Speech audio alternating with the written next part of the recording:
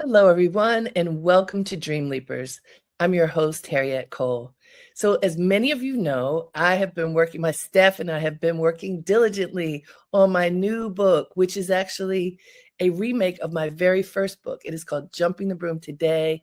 It's a wedding planner that we are planning to come out in a year. Well, as we have been meeting people and talking to so many couples and professionals in the industry, I met a truly impressive woman, a visionary, she really is, who has mastered the art of turning life's most meaningful moments into unforgettable experiences. Her name is Akeshi Akinseye. She is a globally recognized luxury event planner, floral and event designer, author, and lifestyle expert. She's the founder and CEO of Kesh Events, where she curates bespoke celebrations for clients all around the world. I love that. She gets to go everywhere. And today she is joining us on Dream Leapers to tell us how she blends elegance, cultural storytelling, and impeccable design into every detail, and even better, how you can too. Her work has been featured in Brides, Forbes, Essence, Architectural Digest, the New York Times, and plenty more.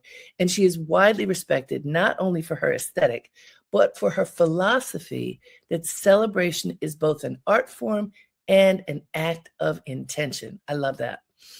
Late last year, she released her newest book, The Art of Celebrating: Inspiration and Ideas for Meaningful Gatherings.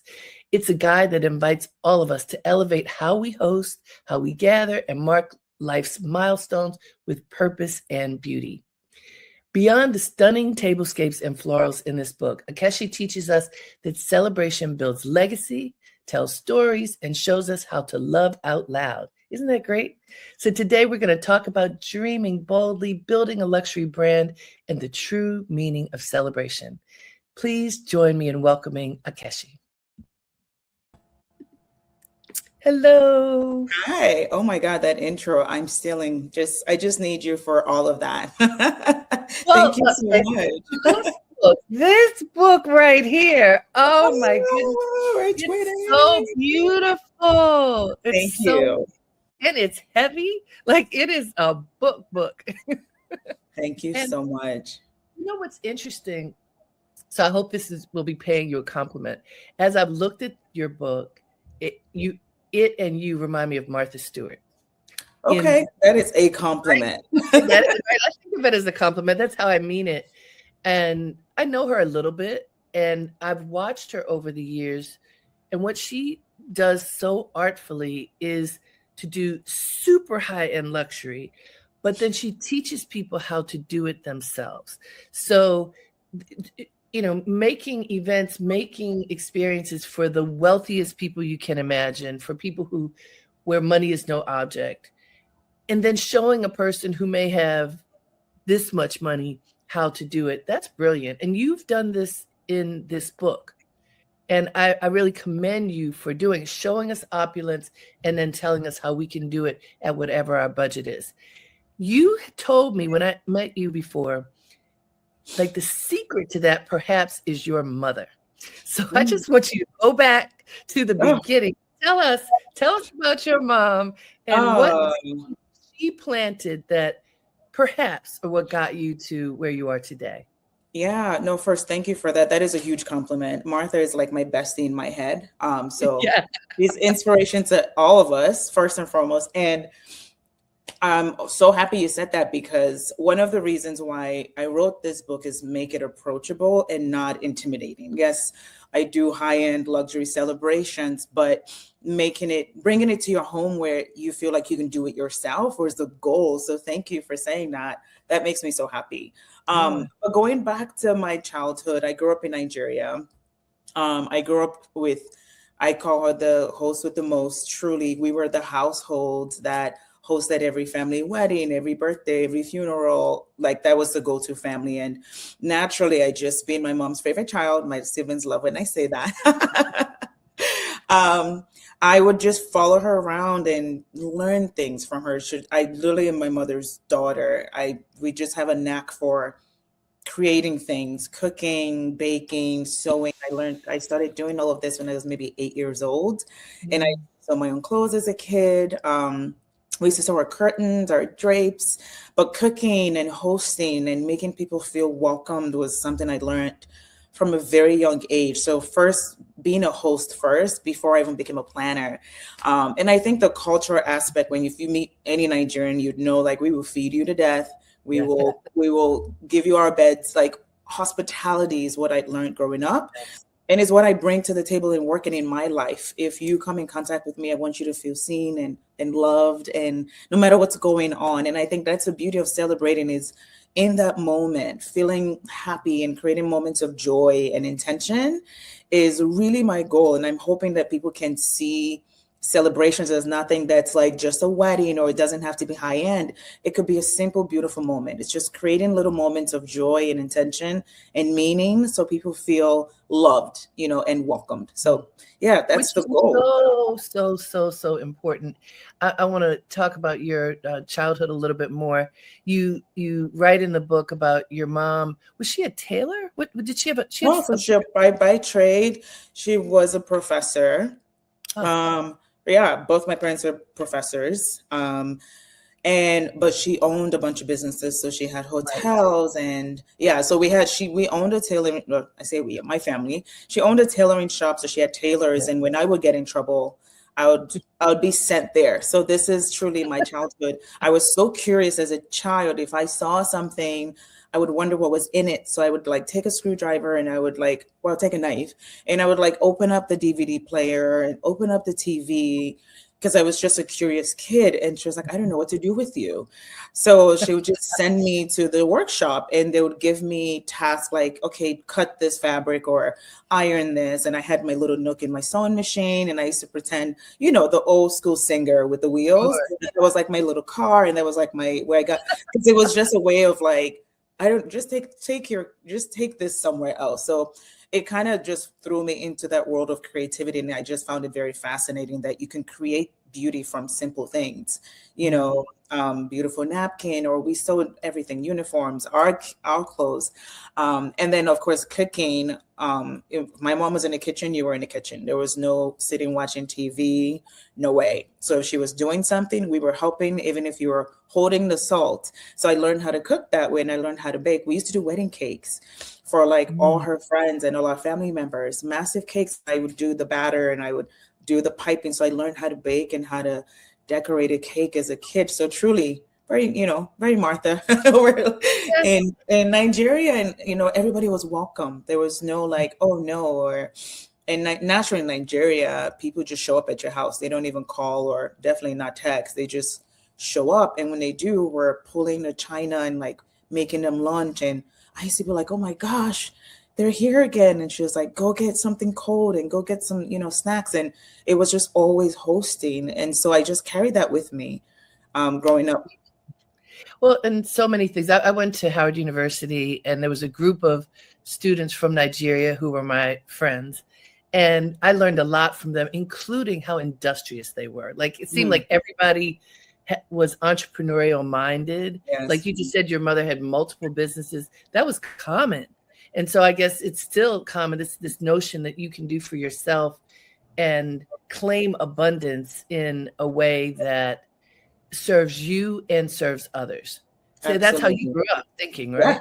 Yeah. And interestingly, Nigerian families, the kids had to be a doctor or Yeah. or lawyer. So like event planning or something like that naturally would be like, oh, no, no, no, you go to school. And they just let me just explore. I went to school for psychology because I just wasn't sure where I fit in because I just always had this creative edge. And she encouraged me to just explore planning. She's like, you love this so much. Why don't you just do it as a job? And I'm like, okay. So it was, And yeah, because you just, mhm. also, she psychology is a big part of it. Oh, I use it every day. I'm sure you do. I mean, just how you take care of people, how people think, Yeah, how you which problem is what, solve. Yeah, how you yeah. handle very difficult situations. Because working in complex celebrations, you deal with a lot of people, a lot of clients, and a lot of situations. And just having that composure to be calm and to deal with things, in a professional manner, no matter the heat. So I use it every day with my team, with my friends. It comes in handy, so it's no waste. So these days, how important is it to make these events special, given, the context? There's so much going on in our world, and there's a lot of frustration and worry and a whole lot of energy that is not necessarily positive, right? What do you think about celebrating and making special events Yeah. that can help people during these times? We just need more joy. I think we need more joy. We need more moments of connection. If we learned anything from COVID, it's like people were craving Mm. connection, real connection, meaningful spaces, meaningful experiences. And it just started from home. It started from your couch. It started from your kitchen or a coffee date. And I think that we need to just go back to the beginning of creating spaces where people feel happy, where people can connect. And through food, through the table is where magic happens. I cook a lot and I host friends, and when I'm cooking, they hang out on my kitchen island, and I was like, go hang out. They're like, no, we want to stay here. There's just that magic of them watching you cook and you're making drinks. And it's just this beautiful sense of connection that I think that we're lacking in our community. I mean, you turn on the news, it's negative. There's so much chaos and there's so much anxiety. And when you come together, small or big, in that moment, no matter how, even if it's for 30 minutes or 2 hours, you forget all these things. You're just in a magical space, and heart to heart, you're having conversations, you're laughing, you're sharing stories from your childhood. I have the craziest stories growing up because we come from a big family, and they ushered like little bit. I grew up with my siblings, we're 6, but then we had 6 more cousins with us. So we were always a household of 15 rotating.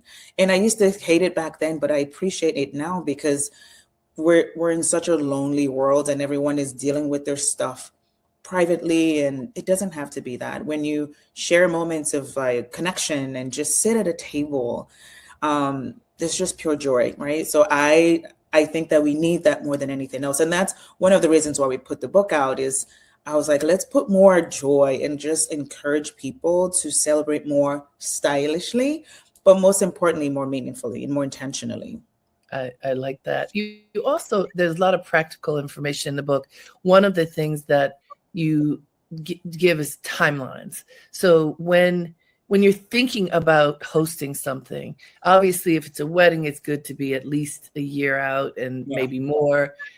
But simple celebrations, you have like a 4-week plan in the book, which I think is so great, because when people are super busy, but they want to host folks, they want to do it with intention, but the bandwidth is really short, and they may not have enough money to hire people to do it for them.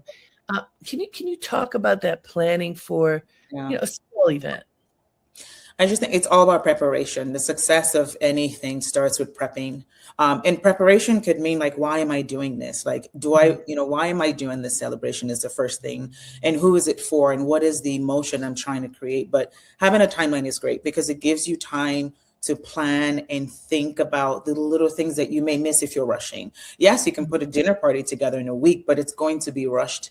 You're going to be maybe overwhelmed and may not even have time to get the perfect outfit, right? But it's just giving you time to create these moments, from proper planning, from the location to the time, to the guest list, to the food, curating a menu that's very fitting to the celebration or the emotion you're trying to get. The drink menu, getting the things, the tableware and flatware takes time. So I recommend that 4 to 6 week window, sending an invitation and getting like a response back. Everything takes time. So if proper planning gives you time to really think about those little things and go on a hunt for them, because I love a good let's go see what's out there, and I love antique shop, and I love looking for patterns. So I need time, right? So everybody does, and then you are now able to present a beautifully put together celebration, and then you're able to enjoy the party too as a host, because you have everything in order. So we put a timeline there for smaller celebrations and of course larger too. Yeah, that's great. Hey guys, this is Dream Leapers with Harriette Cole. We are talking to the author of The Art of Celebrating. inspiration and ideas for meaningful gatherings. Akeshi Akin, how do we say your last name again? Akinseye. See, when I practice a lot, that's when I mess up. This is such a beautiful book, and there's so many gorgeous photographs, Akeshi, in this book that help people to envision what they can do. Again, you tell stories about your life. So you talk about you went back to learn about flowers because flowers can be such an important way of making a beautiful event. But then you tell how to put floral arrangements together, which I think is so wonderful. Can you talk about that a little bit? Because I know flowers bring joy. And it's such an easy, beautiful thing to add to an environment. What are your recommendations for people with flowers and how they can design flowers themselves? Yeah. Oh, and first of all, I love you that you've read this book chapter to chapter, because I do tell a lot of those stories. So going back to when I grew up, I learned design, but not fresh flowers, because that wasn't a popular thing in Nigeria back then. We did a lot of fabrics and things and elements. And then when I moved to the US, I was curious about flowers, but I was terrified because I was like, I didn't go to flower school. I don't know. They're so pretty, but they're so delicate. And it just seemed something so like out of reach for me. But then being a curious person, I was like, let's just dabble into it and see. And then you find that once you start to like getting to the process, you find your groove. Everyone has a unique style, and you would never know until you try. There's a pattern in which you can design and layer. Everyone has their own unique style. And I think we owe it to ourselves to just get into that moment of like creativity and exploration, but knowing the proper tools and the steps. So that was important for me to give you steps on how to process flowers. Now I know that online we see this 30-second reel of how to design centerpieces, and I want to like jump out of my chair every time because I'm like, no, those flowers are right out of the grocery out of the grocery store with tape. I'm like, no. So it was important for me that flower care is important, having the tools are important, and then how to style and how to create your base and signature flowers and just layer. And once you have the foundation,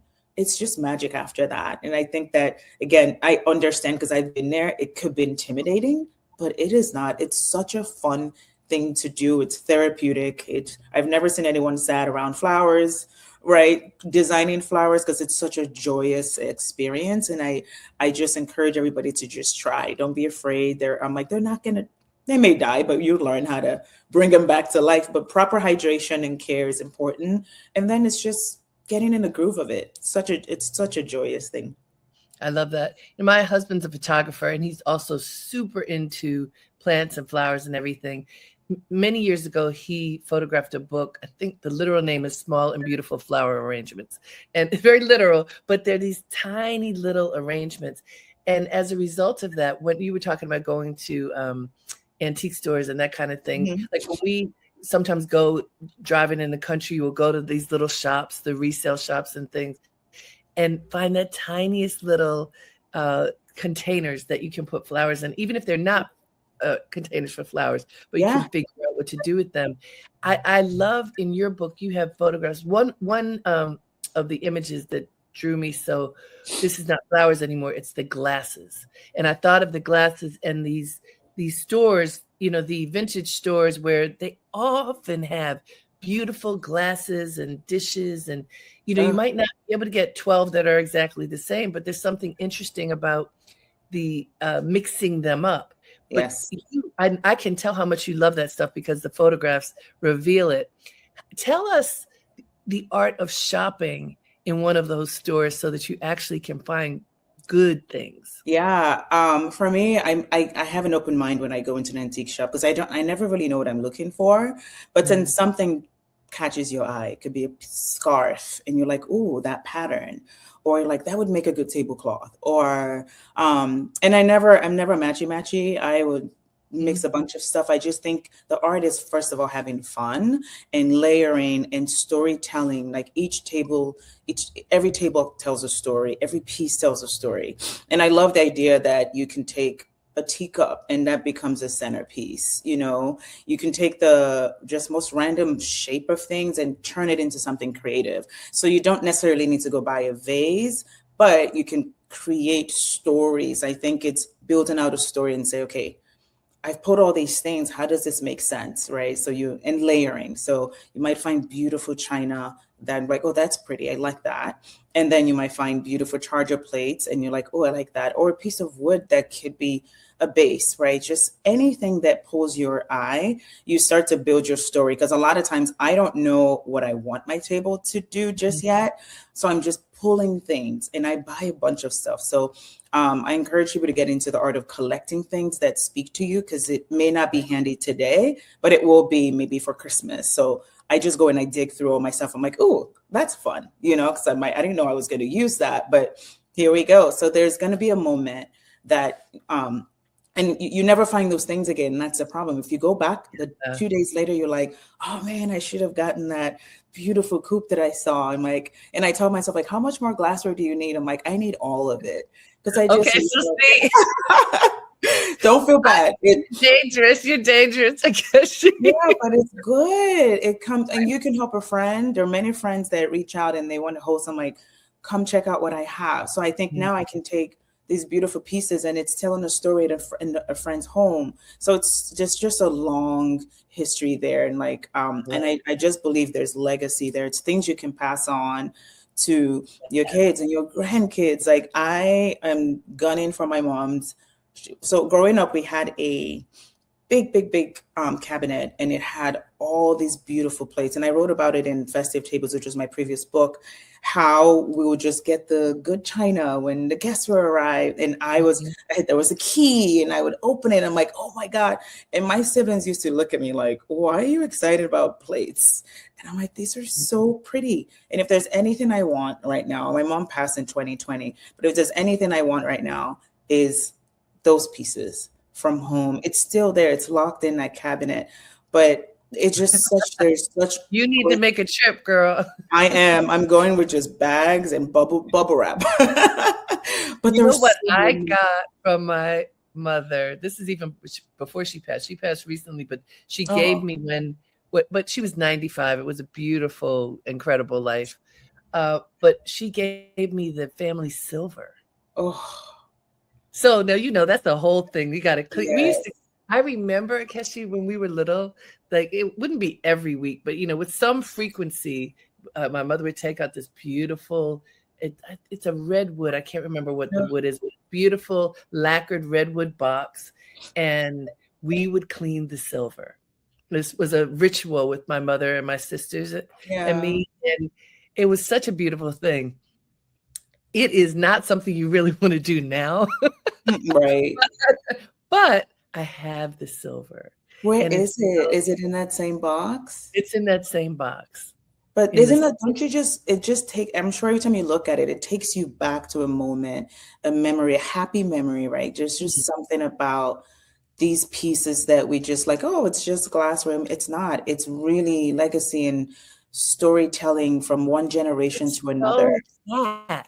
Because that's part of what I love about your book so much, the setting an intention and understanding that you're creating stories. And when I was growing up, I grew up in Baltimore.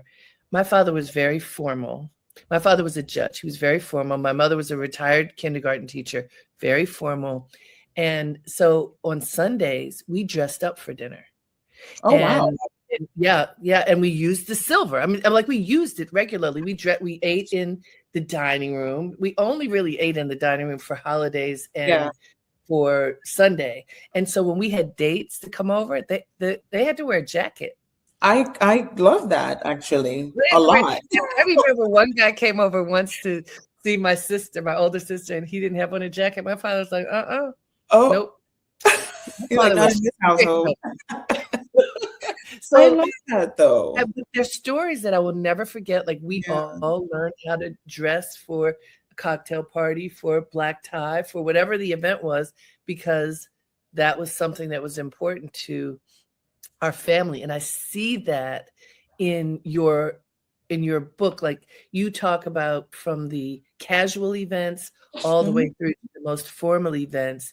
And I think many people do not know how to do that anymore because our world is so informal. You know, I was Yeah. talking to a young woman who works with me, and she was saying that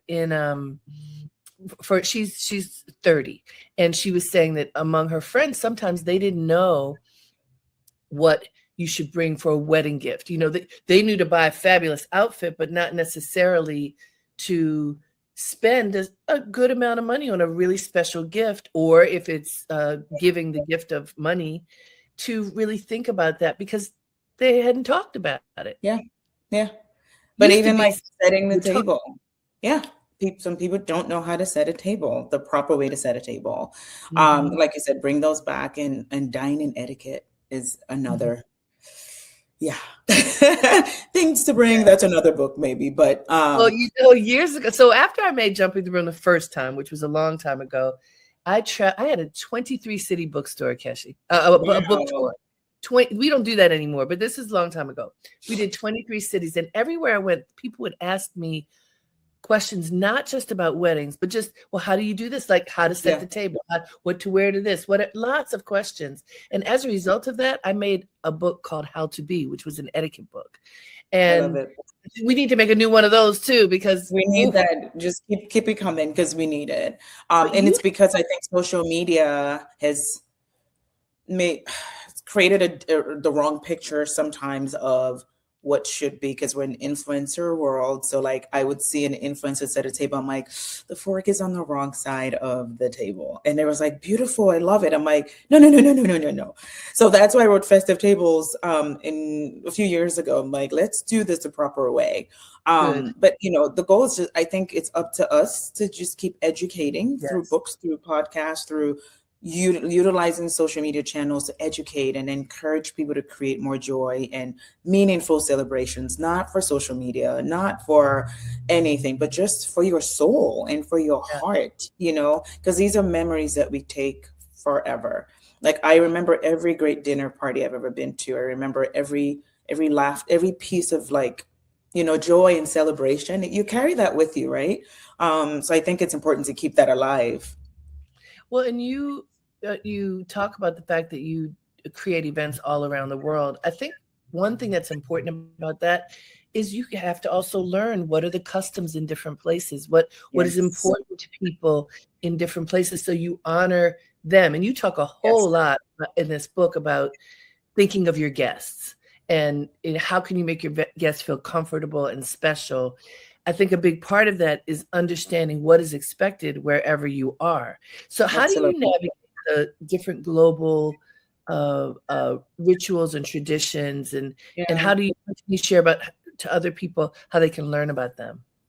Yeah, I think it's, you know, honoring where you are, where you're celebrating is important. Or if you're taking from that tradition, understand what you're taking or what you're using, right? Not just like making it pretty, but because I think culture, I grew up in Nigeria, so culture is a big part of who I am and the celebrations and also personalization. So telling stories that tie into you, but honoring where you are. So I think, you know, one of the biggest things you see me talk about is if we host a multi-day celebration, or even if it's a one-day celebration at a particular place, I want to tap into that culture and honor where we are, and like welcome to this place and be inspired by their culture, the fabrics, their food, their drink, the music. And that's the beauty of travel, is like the inspiration is endless, and it's you know, food for your soul, and you know, it inspires you to do more. I was just telling my husband yesterday, I was like, I want to do a Nigerian inspired tablescape. And he was like, okay.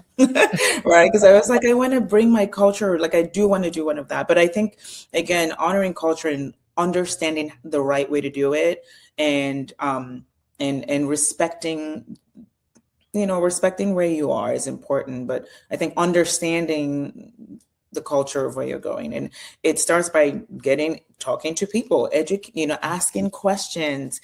You know, sometimes like get out of your hotel room, go experience culture like the proper way, right? Because we know we love the resorts because they're more refined, but like sometimes you have to I have a agree with that. conversation with someone, go into the markets. That's how you learn about how things are made, and it makes you honor that even more and appreciate that when you bring it back in to your celebration, not just like a pretty aesthetic with no meaning. Or so you talk about meaningful celebrations is really understanding how you're layering these experiences throughout on the table or in your meals, choosing your food. We talk about menu selection. It's important to understand how you're tying this in, and honoring where you're taking that inspiration from is important too.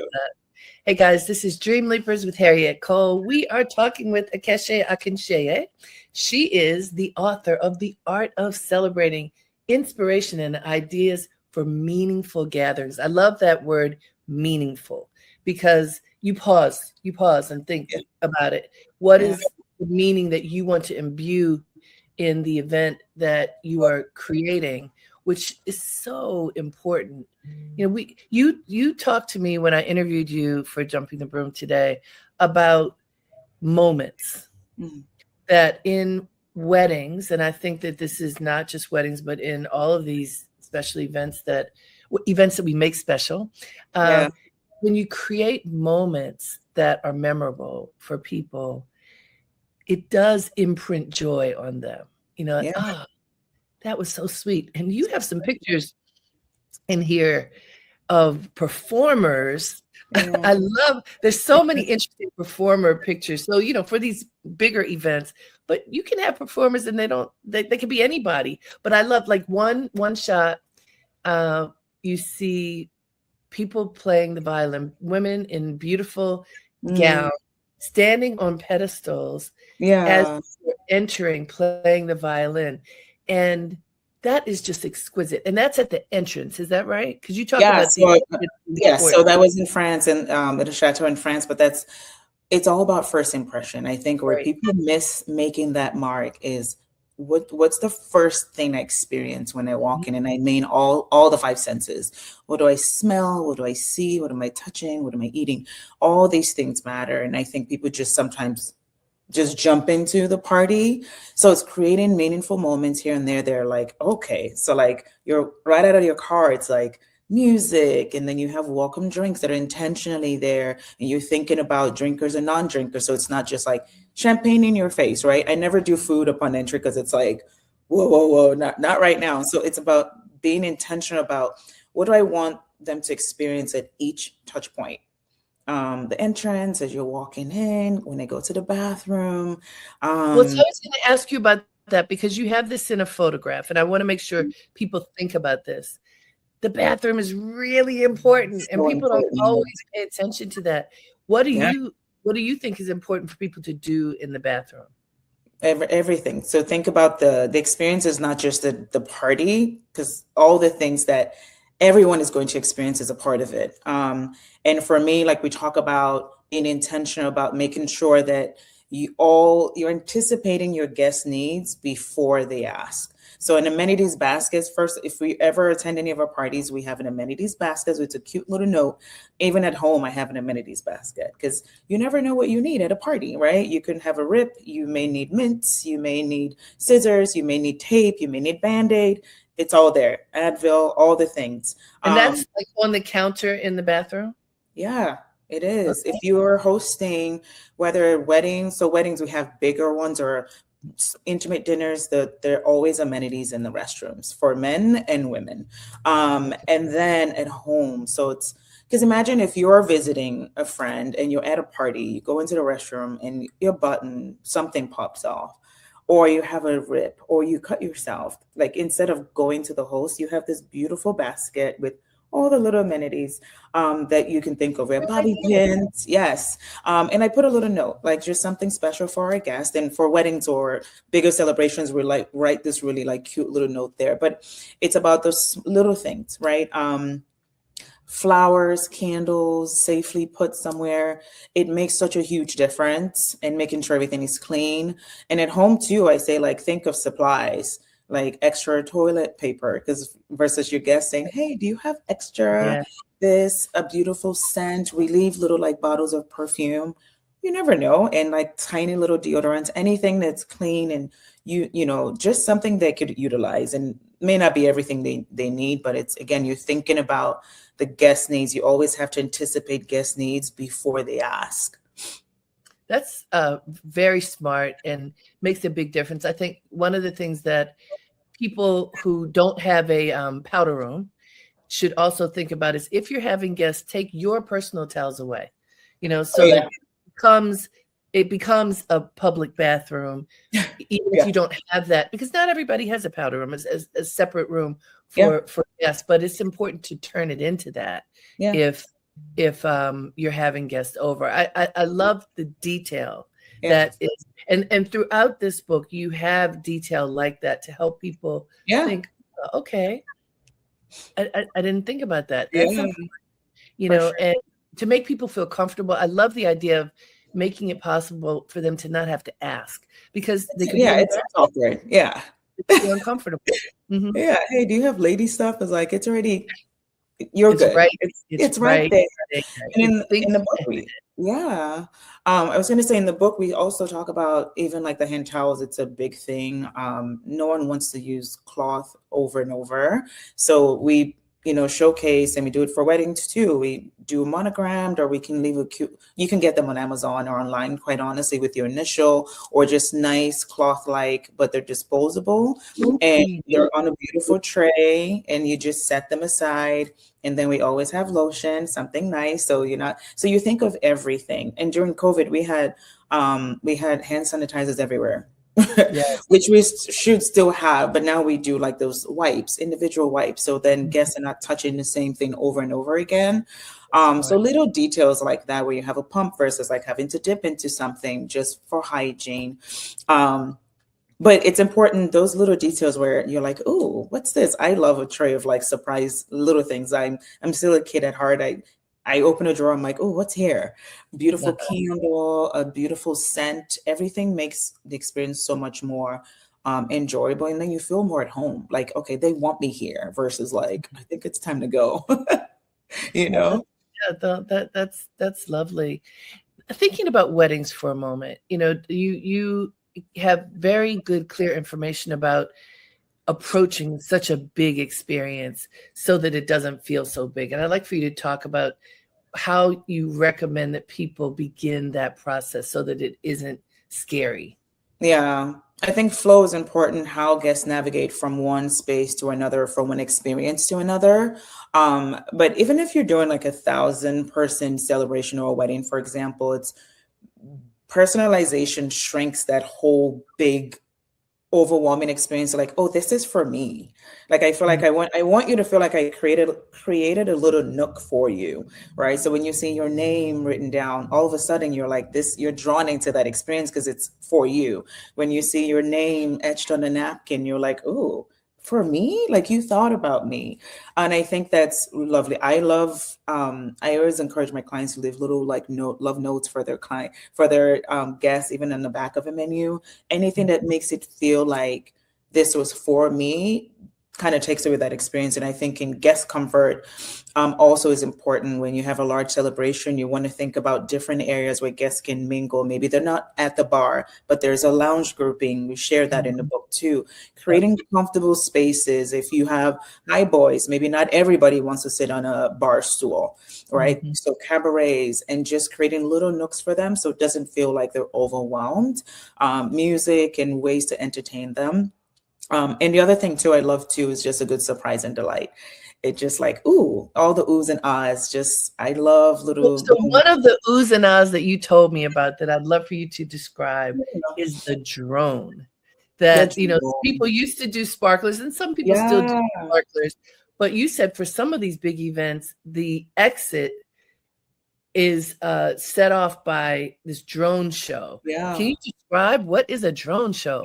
A drone show is a bunch of like, I call them like little machines. Like just think of like little lights, but they create shapes and words and a whole experience. So instead of the fire, the sparks, it's just a display of lights that's beautifully curated with music. It's fantastic. It's so expensive, but for those that can afford it, it's great, right? Still love fireworks, but fireworks paired with something else to bring you into the emotion of it. So I love a good firework experience, but if I'm just watching sparkles. I'm like, oh, great. But like when you add in music, it becomes such a great experience. Same thing with a drone show. You can tell stories. So everything is about storytelling and taking people from one moment to another in a very seamless way. But that's why you plan early. So you can think about how we transition from, do we do it after dinner, right before dancing? I love to take guests out before I open up the dance floor because I hate to pull you out of the dance floor, because that's, so you think about moments where things fit and where it doesn't. But there's just so many ways to do it. Obviously, some require a lot of money, some don't. Some could be just a beautiful gift that you have at a dinner party for four, but it's for someone with a note for them. And there are all these beautiful touches. And again, if you can sneak a little like love note underneath like their napkin, just think of ways where you can handwrite, pen and paper. So I'm so glad you're here. So it makes me feel like you want me here. I'm not just a plus one or like a name on your invite. You had me in the back of your mind. And a pet peeve of mine, so I'll bring it up. If you make a place card or write a person's name, please make sure you spell their name right. Mm-hmm. People misspell my name so often. I'm like, easy to find how to spell everybody's name, but it doesn't feel personalized if you don't spell a person's name right. Yeah, it takes away from it. Yeah, but I said, when in doubt, just ask. You're like, hey, I know, like, I'm sure your name is, like, people ask me, like, I know your name is butchered all the time, and I'm sorry. I'm like, no, I'm glad you're asking. Ask me, because I want to be able to tell you. It's better to know than like, so don't wing anything. Those details are important, but the details have to be correct, Yes. Like getting a beautiful invitation, but your name is spelled wrong. Not the greatest experience, because then you're like, so I want to say to people, people want to be honored. They want to be honored as who they are very specifically. And so when you do that, it just makes people smile. It just shows that you've taken the time and that you care about them. For sure. And that counts for so much, and it lasts for so long. Yeah. I want to talk a little bit, Akeshi, about how you built your business, because how long have you been in business now? 12, 13 years. So 12, 13 years. So at about the halfway mark, COVID happened. Yeah. So you built it, and then let's talk about that first, and then I'll ask you about how you survived COVID. But how did you build? Like, you talked about wanting to do this, but going from the idea, because a lot of people who connect to Dream Leapers are wanting to make their dreams come true. So how, from the idea to actually getting clients? Yeah, I think if I were to, and there isn't one path, right? There's one thing leads to another. I think the first step is just being open to the gifts that you have, and listening to what your mind is telling you. If you have this knack for creativity, for example, don't ignore it, and just see what's possible when something is tugging at you first, and then dream big. Like, I've always, like, we have these people we look up to, and they've always been inspiration for me. And my homework when I go back is like, inspired by, but how do I want to help the world? How do I want to present myself? And then you start to see layers. So for me, it started with, oh, I want to plan my wedding, and everyone is like, plan. And I found my knack for like planning. And then somewhere about 2 years in, I was like, I'm still missing something. And then I was like, maybe I dabbled into design. But then in my mind, I'm like, but you didn't go to the design school. You don't know anything about flowers. I self-taught myself.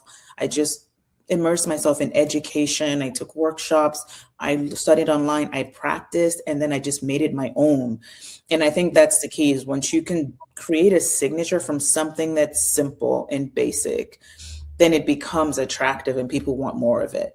And everything has layers from what you do. Then you think about education and how you can now build legacy, because I'm just in a mindset of building legacy, and through books and intellectual property, creating things, and different ways of, I guess, expressing or showcasing what you're good at, and then helping people along the way. It's like, of course, I can create a beautiful celebration, but I want you to do it too, with or without me. Yes. And if you learn that through a book or like a small video clip on Instagram, I'm happy, right? So I think just the brand is important. staying honest to who you are and where you come from is a big deal for me too.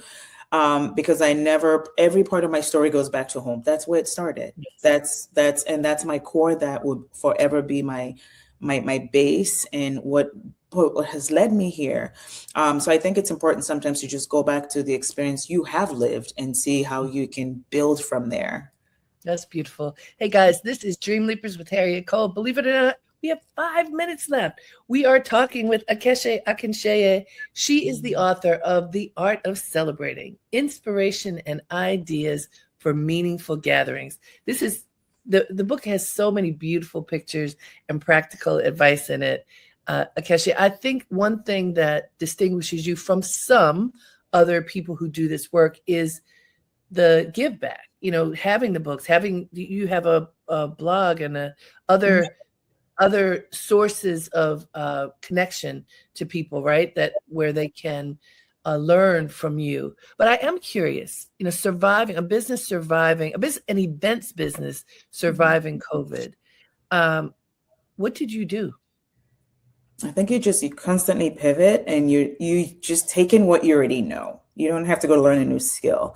You can layer and diversify how you serve. Right. So I've always known that of course, year one, I didn't know I wanted like a lifestyle platform and things like that, and an educational platform. But having that diversity of being known for one thing, but then selling it in different ways, and diversifying those streams has been really helpful. So I haven't left my core, which is celebrations and meaningful celebrations, and we just kind of pivot where you need to, and having options gives you, if one is not, COVID is affecting one, then maybe you put more effort into another. But then having those means and opportunity for different platforms and different options is always a good idea, and will serve you well if there is another COVID, God forbid. Yeah, no, I think that's a really good point. And what many people have talked about in the aftermath of COVID, which is now a few years, the art of the small event, that it doesn't have to always be this massive engagement, but as you say, meaningful events that are small and beautiful, that you spend the time to make it memorable. So then, people are going to want to come back to your event because you did something that is certainly appealing to them. So for people who are going to take your wisdom and do something special, do something with intention and meaning, inspired by what they've listened to today, what nugget do you want to share with them for going out and making that special event now? I think it's just be bold enough to just take up space, find ways to create something, a signature that people need, and want more of, but in different ways. And don't, it's okay to be multifaceted. It's okay to be multi-layered. You don't need permission to do what you love. Just follow your heart and just do what inspires you. And be good to people. And Akeshi, for people who are hosting these events themselves, how can they make sure they have it together when the guests come? Because sometimes, you're planning an event, you're cooking the food, you're setting the table, you're doing all this, and then you aren't dressed when the doorbell rings. Sure. I say know your limits. Know your limits. You don't have to do everything. There's no trophy at the end, right? Know your limits. and plan properly, but also know your limits, I would say, for sure. Well, and you also, in addition, there's some pointers in the book where you tell people things that they don't have to do the same day. Like you can set the table the day before. You can prep food before that day. You can lay out your clothes so that you've got it all planned. You're not going, what am I going to wear? Right? Planning. Yeah. Having a good timeline for sure. That plan ahead. Yeah. And some add extra. Thank you so much. Congratulations. Thank you so much. Beautiful book with so much practical information in it. Thank you for taking the time to talk to us. I appreciate it. Thank you so much. And thank you to all of you for tuning in. Wasn't that fun? This book, let me just tell you, The Art of Celebrating, it is chock full with beautiful photographs and wonderful stories from Akeshi's experiences over the years. and very practical advice. So if you like celebrating, check it out. Until next time, have a great day and make it count.